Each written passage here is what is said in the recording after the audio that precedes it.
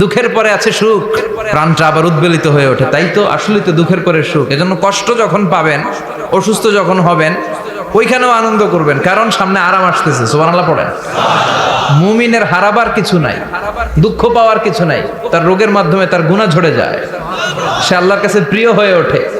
তা আমাদেরকে কেউ হারাইতে পারে? কথা বলেন, আমাদের কেউ ভয় দেখাইতে পারে? মোটিভেশনাল সূরা, সূরাতুল ইনশিরাহ আর সূরাতুদ দুহা। এখানে অনেক হিউজ মোটিভেশন আছে। যারা হতাশ, যাদের জীবন ভাল লাগে না, মরে যেতে মনে চায়, গার্লফ্রেন্ড গালি দিছে, আছে না নাই? আবার বয়ফ্রেন্ড গার্লফ্রেন্ডের গালি দিছে, এ ওড়না পেঁচায়া ফ্যানের মধ্যে ঝুলে আত্মহত্যা করে। কত বড় পাগল! তুই মরলি কেন? গালি দিছে তো কি হয়েছে? হ্যাঁ, বুঝতে চায় না, হতাশ হয়ে যায়। আর বয়স কম তো, ইচড়ে পাকা, অল্পতে কাবু হয়ে যায়। এই সূরাগুলো পড়ে না। এখানে আশার বাণী আছে।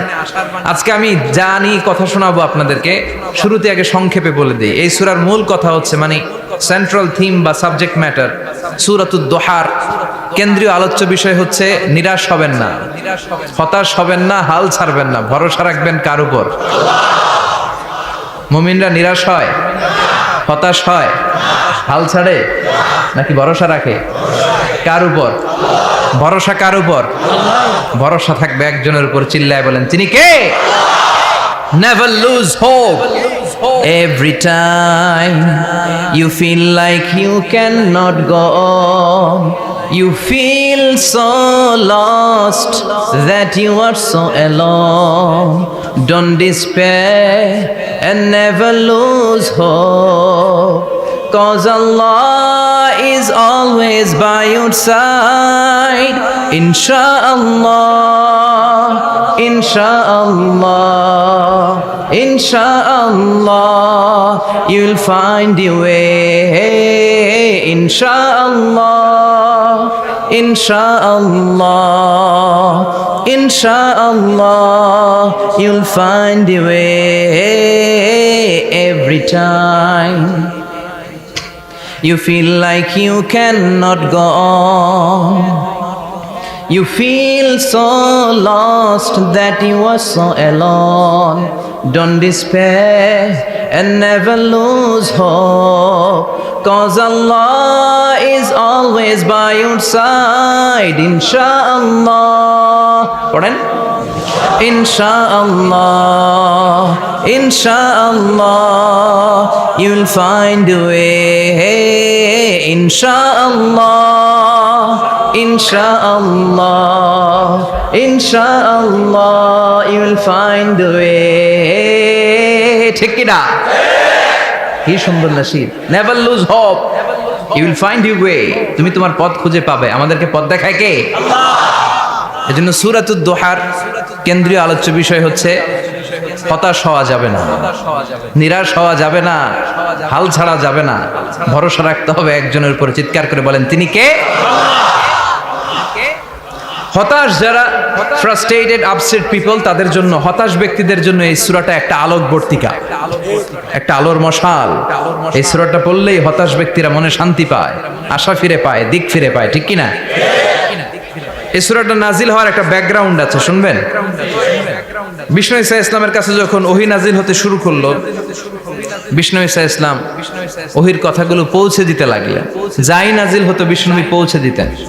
বিষ্ণুনবী সাহাবাদের কাছে শেয়ার করে দিতেন। যেটাই নাজিল হতো তিনি পৌঁছে দিতেন, যেটাই, কারণ আল্লাহর আদেশ, ইয়া আইয়ুহার রাসূল বাল্লিগ মা উনজিলা ইলাইক।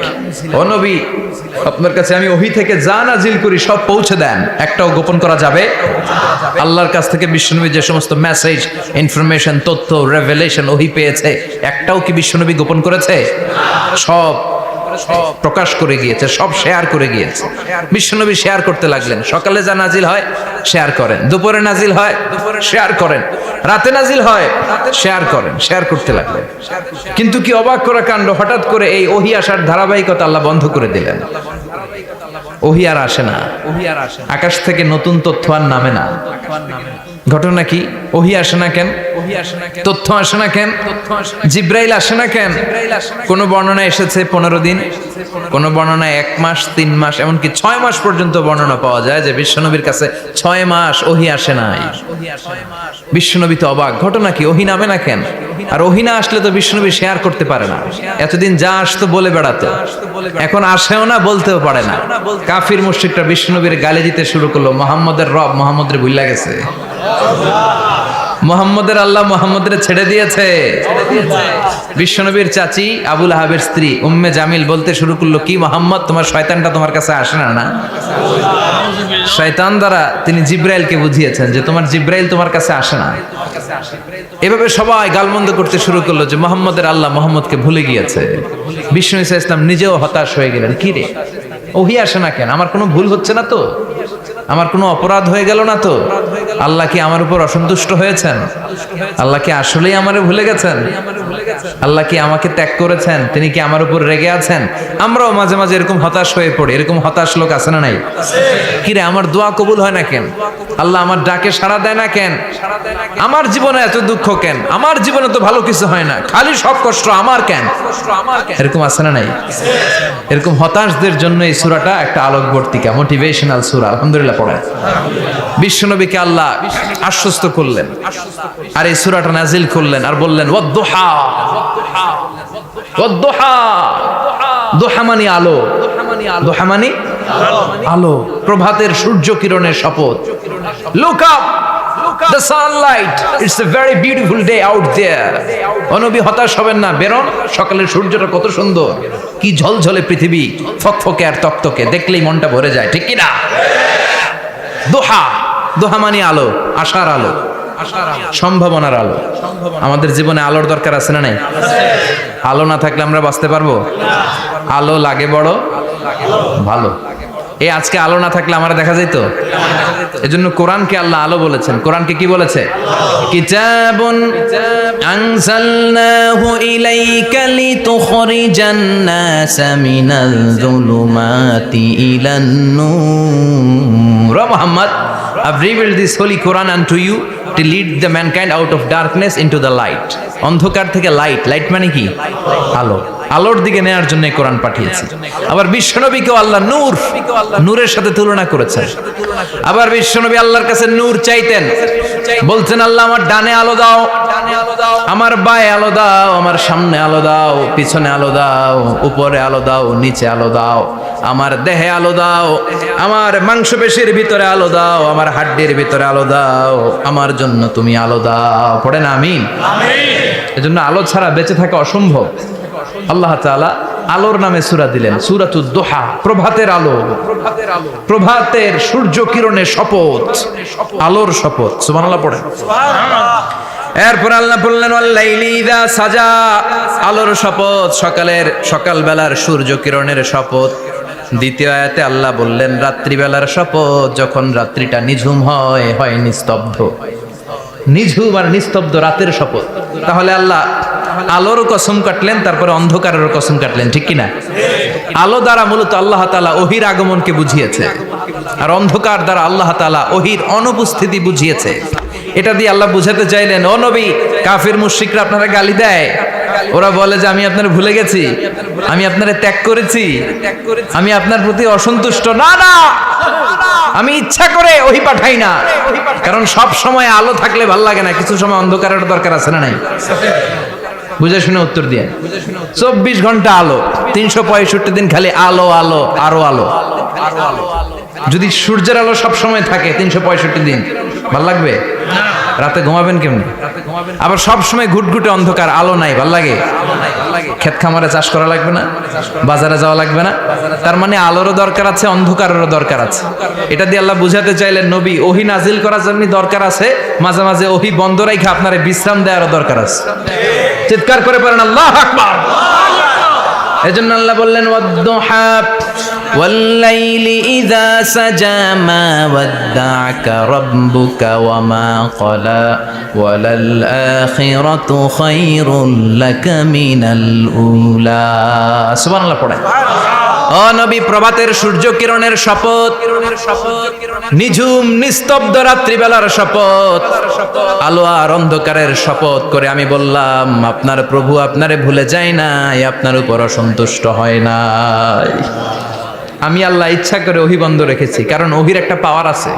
বারবার ওহী রিসিভ করলে আপনার স্নায়ু এটা সহ্য করতে পারবে না, আপনার দেহ এটারে বরদাস্ত করতে পারবে না। নবী, আমি আপনার প্রতি এত রহম দিল, এত ভালোবাসি, বারবার ওহী নিতে নিতে আপনার যে কষ্ট হয়, এই কষ্টটা আমার আল্লাহর সহ্য হয় না।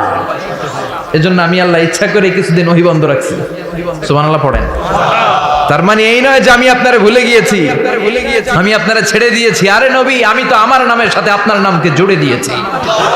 লা ইলাহা ইল্লাল্লাহ মুহাম্মাদুর, যেখানে আমার আল্লাহর নাম সেখানে বিশ্ব নবীর নাম আছে না নাই? আজান যখন দেয় আল্লাহু আকবারের পরে বিশ্ব নবীর নাম আছে না নাই? একামতে আছে না নাই? আবার আল্লাহর জন্য যখন সালাত আদায় করি, শেষ বৈঠকে বিশ্ব নবীর উপর দুরূদ আছে না নাই? রাফা'না লাকা যিকরাক, ও নবী, আপনার নামকে আমি অনেক উপরে তুলে ধরেছি। আমার নাম যেখানে, আপনার নাম ওইখানে। গোটা বিশ্বব্যাপী আপনার নাম ছড়ায় যাবে। ওরা আপনারে গালি দেয় কবি বলে, ওরা গালি দেয় গণক বলে, ওরা বলে আপনি আবতার, লেস কাটা। আসলে যারা আপনারে গালি দেয় ওরাই লেস কাটা। ওরা আপনারে বলে আপনি নির্বংশ, আপনার ছেলেগুলো বেঁচে নাই, মেয়ে বেঁচে আছে, আপনার নাম নেয়ার কেউ থাকবে না। ওই আবু জাহেল, উতবা, সাইবা, ওদের নাম নেয়ার কেউ থাকবে না। আপনি লেসকাটা নন, আপনি নির্বংশ নন। ইন্না শানিয়াকা, চিল্লায় বলেন ইন্না শানিয়াকা। যারা আপনারা গালি দেয়, যারা আপনারা নিয়ে কটু কথা বলে, ওরাই লেসকাটা, ওরাই নির্বংশ। ওদের বংশকে আমি আল্লাহই নির্বংশ করে ছাড়ি। চিল্লায় বলেন ঠিক কিনা? ও নবী, মা ওয়াদ্দাআকা রাব্বুকা ওয়া মা ক্বালা, আপনার রব আপনারে পরিত্যাগ করে নাই, আপনারে ভুলে যায় নাই, আপনারে ছেড়ে দেয় নাই। আপনার রব ইচ্ছা করেই ওহী নাজিল বন্ধ করে রেখেছে। আমি ইচ্ছা করেই আপনারে প্রেসার দিতে চাই নাই গো নবী, কারণ ওহী রিসিভ করা অনেক কঠিন। এটা আস্তে আস্তে আপনি অভ্যস্ত হবেন। সুবহানাল্লাহ পড়েন। ওহির একটা পাওয়ার আছে না নাই? আমরা তো কি মজায় মজায় কোরআন পাইছি। এই যে কি সুন্দর কোরআন নিয়ে বসি, পড়ি, তাফসীর করি, কি মজার কোরআন। আহা, এই কোরআনটা রিসিভ করতে যে বিশ্বনবীর কত কষ্ট হয়েছে। এই কোরআনকে আল্লাহ বলেছেন এটা কওলান সাকিলা, very heavy and weighty word. এটা অনেক ওজনওয়ালা কথা। ইন্না সানুলকি আলাইকা কওলান, এটার অনেক ওজন। এই কোরআনটা যদি পাহাড়ের উপরে নাজিল করা হতো, পাহাড়গুলো দুমড়ে মুচড়ে ভেঙে টুকরো টুকরো হয়ে খান খান হয়ে যেত। ঠিক কি না? এত কঠিন বানিয়ে এটা। ও নবী, আমি আলোর সাথে ওহির মিল ঘটিয়েছি, আলো দিয়ে ওহিকে বুঝিয়েছি। সূর্যের যেমনি কিরণ আছে, তেজ আছে, এই ওহিরও একটা তেজ আছে। এই তেজ, এই কিরণ আপনি সব সময় সহ্য করতে পারবেন না। এজন্য আমি ইচ্ছা করে কিছুদিন ওহী নাজিল করা বন্ধ করে রেখেছি। সুবহানাল্লাহ পড়েন। ইচ্ছে করে আমি নাজিল করি নাই। সব সময় নাজিল হলে আপনার ভাল লাগতো না। বুখারীর বর্ণনা, মা আয়েশা বলতেন, শীতের রাতে, কনকনে মাঘ মাসের শীতের রাতে যখন বিশ্বনবীর উপর কোরআনের আয়াত নাজিল হতো, বিশ্বনবী ঘেমে ঘেমে একাকার হয়ে যেতেন। হাত্তা লা ইয়াতাফাসসাদু জাবিনুহু আরাকান, বিশ্বনবীর দাড়ি আর থুতনি বেয়ে ঝরঝর করে পানি পড়তো। আমরা কম্বল গায়ে দিয়ে থাকি আর বিশ্বনবী ঘামে। সুবহানাল্লাহ কইবেন না? এটা কওলান সাকিলা, অনেক ওজনওয়ালা কথা। আবার বিশ্বনবী যখন ওটের উপরে বসে থাকা অবস্থায় কোরআনের আয়াত নাজিল হতো, ওটের বুকটা মুহূর্তের মধ্যে বালুর মধ্যে, জমিনের মধ্যে লেগে যেত। ঘোড়ায় চড়া অবস্থায় বিশ্বনবীর কাছে যখন কোরআন নাজিল হতো, ঘোড়ার পা গুলো মরুভূমির বালুতে দেবে যেত। মাঝে মাঝে বিশ্বনবী সাহাবাদের রানের উপরে, পায়ের উপরে মাথা দিয়ে শুয়ে পড়তেন, ক্লান্ত শ্রান্ত। যায়েদ বিন হারেসা, বিশ্বনবীর পালক পুত্র, তার পায়ের উপরে মাথা রেখে বিশ্বনবী একবার কথা বলতে বলতে ঘুমিয়ে পড়লেন। ঘন্টাখানিক ঘুমালেন। যায়েদ বিন হারেসা বলে, আমার কাছে তেমন কোনো কষ্টই হচ্ছে না, বিশ্বনবীর মাথাটা খুব বেশি ওজন মনে হচ্ছে না। ঘন্টাখানিক পর বিশ্বনবীর চোখ খুললেন, আর খোলা মাত্রই ওনার উপর ওহী কোরআনের আয়াত নাজিল করতে শুরু করলো। কে? যায়েদ বিন হারেসা বলে, যখনই কোরআনের আয়াত নাজিল হতে শুরু করলো, আমার মনে হচ্ছে বিশ্বনবীর মাথাটা 50-60 কেজি ওজন বেড়ে গিয়েছে। বিশ্বনবীর মাথার ওজনে আমার পায়ের রান ফেটে যাবে, আমার পায়ের হাড্ডি ফেটে যাবে, আমার পাটা ভেঙে খান খান হয়ে যাবে মনে হচ্ছিল। তার মানে কোরআনের আয়াত যখন নাজিল হয়, বিশ্বনবীর উপর একটা প্রেসার আছে না নাই? এই জন্য আল্লাহ বললেন, নবী, আমি আপনার ভুলে যাই নাই, কাফেররা যেমনি আপনারে গালি দেয় যে আমি আপনারে ভুলে গিয়েছি, আপনার উপর আমি অসন্তুষ্ট, নেভার, অসম্ভব। আমি আপনার উপর কখনো অসন্তুষ্ট নই, বরং আমি ইচ্ছা করি আপনার উপর থেকে প্রেসার কমিয়ে দেওয়ার জন্য কয়েকদিন ইচ্ছা করে আপনার ছুটিতে রাখছি। সুবহানাল্লাহ পড়েন, যাতে করে আবার এনার্জি গায়ে নেওয়ার পরে নতুন করে কোরআনের আয়াত রিসিভ করার জন্য আপনি সক্ষম হন। চিল্লায় পড়তে হবে আল্লাহু আকবার। এজন্য আল্লাহ বললেন ওয়াদ-দুহা ওয়াল-লাইলি ইযা সাজা মা ওয়াদ্দা'আকা রাব্বুকা ওয়া মা ক্বালা ওয়ালাল আখিরাতু খায়রুল লাকা মিনাল উলা। এরপর আল্লাহ বললেন নবী ওয়ালাল আখিরাতু খায়রুল লাকা মিনাল উলা, and verily indeed the hereafter is far better for you than this dunya. এই দুনিয়ার চেয়ে আপনার জন্য আখিরাতটা অনেক দামি। খায়রুল লাকা মিনাল উলা, এই দুনিয়ার চেয়ে আখিরাতটা অনেক শ্রেষ্ঠ। এতে আল্লাহ বললেন দুনিয়ার চেয়ে আখিরাত শ্রেষ্ঠ, আর এক আয়াতে আল্লাহ বললেন দুনিয়ার চেয়ে আখিরাত হলো স্থায়ী। ঠিক কি না?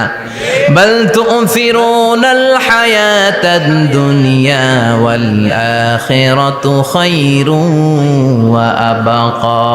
তোমরা দুনিয়ার জীবন নিয়ে পাগল পাড়া হয়ে থাকো, আল্লাহ বললেন দুনিয়ার জীবনের চাইতে আখিরাতের জীবন শ্রেষ্ঠ এবং স্থায়ী। ঠিক কি না? কার কথা? দুনিয়া স্থায়ী না আখিরাত স্থায়ী? দুনিয়া শ্রেষ্ঠ না আখিরাত শ্রেষ্ঠ? কিন্তু আমরা কোনটার পিছনে দৌড়াই? খালি দুনিয়া দুনিয়া। দুনিয়া কে মজা লে লো, দুনিয়া তোমারি হ্যায়। কিন্তু জান্নাত কে মজা লে লো, জান্নাত তোমারি হ্যায়, ওইটা কয় না। আছে না নাই? দুনিয়ার পেছনে পাগল হয়ে আমরা পড়ে থাকি। এই দুনিয়ার জীবনটা একটা মায়াজাল, এটা একটা মরিচিকা। এই মরিচিকা, এই ধোঁকা, এই লালসা আর এই মায়াজালের পেছনে আমরা ছুটছি। ছুটতে ছুটতে হুট করে একবার কবরের ভিতরে ঢুকতে হবে। কথা বলেন, তখন আমাদের টনক নড়বে। এজন্য দুনিয়া মুমিনদের জন্য শ্রেষ্ঠ আর স্থায়ী জায়গা নয়। মুমিনের আসল জায়গা হচ্ছে আখিরাত। মুমিনের শান্তি আর কল্যাণের জায়গা হচ্ছে আখিরাত। জান্নাত হচ্ছে মুমিনের শেষ ঠিকানা। চিৎকার করে বলেন ঠিক কিনা? সেটাই বিশ্বনবীরে বললেন নবী, কাফির মুশরিকদের কথা আপনি কান দিবেন না, ওদের কথায় হতাশ হবেন না, নিরাশ হবেন না, হাল ছাড়বেন না, ভরসা রাখবেন কার উপর? কারণ ওয়ালাল আখিরাতু খায়রুল লাকা মিনাল উলা। এই দুনিয়ার জীবন ক্ষণস্থায়ী জীবন, চিরকালীন জীবন হলো আখিরাত। নবীরে কিভাবে আশ্বাস দিতেছে দেখছেন? অ্যাসিউরেন্স করতেছে, কনফার্মেশন। এই সূরাটা যে শান্তির সূরা, মোটিভেশনের সূরা, অনুপ্রেরণার সূরা, ইন্সপাইরেশন যে জায়গায়, প্রতিটা আয়াতে আপনি ইন্সপাইরেশন পাবেন। তো প্রতিটা আয়াতে আপনি উজ্জীবিত হবেন, সজীব হবেন, এনথিউজিয়াস্টিক এন্ড এনার্জেটিক হবেন। আপনি এনার্জি ফিরে পাবেন। আলহামদুলিল্লাহ পড়েন। এরপরে বিশ্বনবীর আরো খুশি করার জন্য আল্লাহ বললেন ওয়ালা সাউফা ইউতিকা রাব্বুকা ফাতারদা। ও নবী, অচিরে এমন এমন জিনিস আমি আপনারে দান করব, এগুলো পেয়ে আপনি খুশি হয়ে যাবে। কে বলে? কারে বলে? শুনতেছেন? বুঝতেছেন? কষ্ট হচ্ছে না তো? ওয়ালা সাউফা ইউতিকা রাব্বুকা ফাতারদা। অচিরেই এমন এমন জিনিস আমি আল্লাহ আপনারে দান করবো। ওরা আপনারে গালি দেয়, ওদের কথা আপনার মন খারাপ, আপনি হতাশ, ভয় পাবেন না নবী, হতাশ হবেন না, নিরাশ হবেন না, আমার উপর ভরসা রাখেন না। এমন এমন জিনিস আমি আপনারে দেব, ফাতারদা, ওগুলো পেয়ে আপনি খুশি হয়ে যাবেন। সুবহানাল্লাহ পড়েন। আল্লাহর কাজই হলো বিশ্বনবীরে খুশি রাখা। Verily I'm gonna give you something that will make you happy. এমন জিনিস আপনারা দেব নবী, আপনি খুশি হয়ে যাবেন। আল্লাহর কাজই হচ্ছে বিশ্বনবীরে খুশি রাখা। যেখানে বিশ্বনবীর মন খারাপ, ওইখানে বিশ্বনবীর আল্লাহ আছে না নাই? বিশ্বনবীর উপাধি দিয়েছেন আল্লাহ হাবিবুল্লাহ। কি দিয়েছে? আর সাইয়েদনা ইব্রাহিমের উপাধি খলিলুল্লাহ। দুইজনই আল্লাহর প্রিয়, দুইজনই উলুল আজমি মিনার রাসূল। কিন্তু খলিল মানেও বন্ধু, হাবিব মানেও বন্ধু। খলিল মানে এমন বন্ধু যেই বন্ধু আল্লাহরে খুশি করার জন্য কাজ করে, আর হাবিব মানে এমন বন্ধু যেই বন্ধুরে খুশি রাখার জন্য আল্লাহ নিজেই কাজ করে। কি শান, কি মান এই নবীর! আর ওই নবীরে গালি দেয়। এগুলো জাহান্নামের নরকীট আর পিতৃ পরিচয়হীন জারদ সন্তান। As a father, as a teacher, as a commander, as a lawgiver, as a lawmaker, as a reformer of the society, Muhammad is the Superman of the world. Superman. মানে অসাধারণ ব্যক্তিত্ব, আনপ্যারালাল পার্সোনালিটি। ওনার জীবনী নিয়ে পড়া শুরু করলে এটা শেষ হয় না। বিয়ন্ডলেস, বাউন্ডলেস, বটমলেস, এটা তলাবিহীন সাগর। বিশ্বনবীর জীবনী একটা সাগর, কিন্তু সাগরের কি নাই? সুবহানাল্লাহ কইবেন না? এই বিশ্বনবীর খুশি রাখা কার কাজ? যেখানে বিশ্বনবী হতাশ, যেখানে বিশ্বনবীর মন খারাপ, বিশ্বনবীর মন ভালো করে দেয় কে? এজন্য আল্লাহ বললেন ওয়ালা সাউফা ইউতিকা রাব্বুকা, অচিরেই আপনার রব আপনাকে এমন এমন জিনিস দান করবে নবী, এগুলো পেয়ে আপনি খুশি হয়ে যাবেন। কিভাবে নবীর আল্লাহ খুশি রাখবে শুনবেন? শুনবেন? দেখেন, খেয়াল করে বুঝতে হবে কিভাবে আল্লাহ তাআলা বিশ্বনবীকে খুশি করেন। দেখেন, বিশ্বনবীর প্রথম কোথায় খুশি করলেন? বিশ্বনবী মক্কার জমিনে দাওয়াতি কাজ যখন শুরু করলেন, তিনি দেখলেন বিশ্বনবী খুব ভালো অ্যানালাইসিস করতে পারতেন। তিনি মক্কার সোসাইটিটাকে, সমাজটাকে বিশ্লেষণ করে অ্যানালাইজ করে উনি দেখলেন যে এই মক্কায় দাওয়াতি কাজের একটা শক্ত অবস্থান নিতে হলে দুইজন লোকের একজন আমার চাই। সুবহানাল্লাহ পড়েন। কি বিশ্লেষণ শক্তি, কি চিন্তা শক্তি! উনি ঘেটে ফেললেন, উনি বুঝে ফেললেন সবাইকে দেখে যে দুইজনের একজন আমার সাথে না থাকলে আমার দাওয়াতি কাজ চালানো কষ্ট হয়ে যাবে। এজন্য গভীর রাতে তাহাজ্জুদের নামাজ শেষে আল্লাহর কাছে কেঁদে কেঁদে বিশ্বনবী দোয়া করে, আল্লাহুম্মা আইজ্জাল ইসলাম বি আহাব্বির রাজুলাইনি ইলাইক। আল্লাহ, দুইজন লোকের যেই লোকটারে তোমার দরবারে মকবুল মনে হয়, ভালো লাগে, পছন্দ হয়, তাদের একজনকে ইসলামের ভেতরে ঢুকিয়ে দিয়ে ইসলামকে তুমি বিজয় দান করে দাও। ও আল্লাহ, দুইজনের একজনকে আমার চাই। একজন হলো আবি জাহাল ইবনে হিশাম, হিশামের বেটা আবু জাহাল, আও উমর ইবনুল খাত্তাব, অথবা খাত্তাবের বেটা উমর। সুবহানাল্লাহ পড়েন। সাথে সাথে দোয়া কবুল করলো কে? কার জন্য করলো? নাকি আবু জাহেলের জন্য? আবু জাহেলের চোখের সামনে পর্দা ছিল, ও পর্দা সরায় না। ওর অন্তরে পর্দা, ও পর্দা উঠে সত্যটা দেখতে চায় না। এজন্য ওর জন্য গোটা বিশ্ববাসীর আছে ঘৃণা। ও যেখানে মারা গেছে, ওর যেখানে জন্মস্থান, ওইখানে সৌদি সরকার ল্যাট্রিন বানায় থুইছে, ঘৃণার প্রতীক। ওইখানে তো অন্য কিছু বানাইতে পারতো, ল্যাট্রিন বানাইতে যাবে কেন? গোটা বিশ্বের মানুষ যায় যেন এটা ভরাই দিয়ে আসতে পারে। কথা বলেন। এই বেয়াদবটার জন্য আল্লাহ দোয়া কবুল করে নাই। ওমরে ফারুক রাগী ছিলেন, কিন্তু সত্য প্রকাশে, সত্য গ্রহণে আপোষহীন। সত্য দেখলেই উনি মেনে নিতেন। এটা জাহেলি যুগে ওনার মধ্যে এই গুণ ছিল। আল্লাহু আকবার। বিশ্বনবী কেঁদে কেঁদে দোয়া করে, আল্লাহ, মক্কার জমিনে এই দুইজনের একজন যদি কালেমা না পড়ে, মক্কার জমিনে দাওয়াতি কাজ চালিয়ে যাওয়া কঠিন হয়ে যাবে। হয় হিশামের বেটা আবু জাহেল কিংবা খাত্তাবের বেটা ওমরকে তুমি ইসলামে ঢুকাও। আল্লাহ ওমরের জন্য দোয়া কবুল করলেন। বিশ্বনবী তখনও বুঝতে পারেন এই দোয়াটা কার জন্য কবুল। হঠাৎ ওমরে ফারুক বিশাল একটা নাঙ্গা তলোয়ার নিয়ে বিশ্বনবীকে হত্যা করার জন্য ছুটে এলো। বিশ্বনবী তখন মক্কার আরকাম ইবনে দারুল আরকামের ঘরে সাফা পাহাড়ের পাদদেশে লুকিয়ে লুকিয়ে দাওয়াতি কাজ করতেন। আশেপাশে সাহাবীরা বসা। বিশ্বনবীর চাচা হামজা ইবনে আব্দুল মুত্তালিব বললেন, নবী তাড়াতাড়ি পালিয়ে যান, ওই যে দেখা যায় ওমরে ফারুক তলোয়ার নিয়ে আপনারে মারতে আসছে। বিশ্বনবী বললেন, চাচা সরে যান, সাহাবীদেরকেও সরে যেতে বলেন, দরজাটা খুলে দেন, ওমরকে আসতে দেন। আমার তো মনে হচ্ছে ওই যে তাহাজ্জুদের নামাজ পড়ে আল্লাহর কাছে কেঁদে কেঁদে আমি দোয়া করেছি, আমার দোয়াটা আজকে কবুল হতে চলেছে। আমার তো মন বলছে আল্লাহ দোয়াটা কবুল করবে, দরজা খুলে দেন। ওমর ফারুক চলে আসলেন, এসে তলোয়ার রেখে দিয়ে আঙ্গুল উঁচু করে বললেন, আশহাদু আল্লা ইলাহা ইল্লাল্লাহ, আশহাদু আন্নাকা মুহাম্মদ রাসূলুল্লাহ। ঝিনুকের ভেতর লুকিয়ে থাকে যেমন মতি, ঝিনুকের ভেতর লুকিয়ে থাকে যেমন মতি, কালমা শাহাদাতে আছে আল্লাহর জ্যোতি, কালমা শাহাদাতে আছে আল্লাহর জ্যোতি। সুবহানাল্লাহ পড়েন। কি আল্লাহর জ্যোতি এসে ওমরে ফারুকের হৃদয়টাকে নুরানি করে দিল। তিনি তলোয়ার রেখে ঘোষণা দিলেন, আশহাদু আল্লা ইলাহা ইল্লাল্লাহ।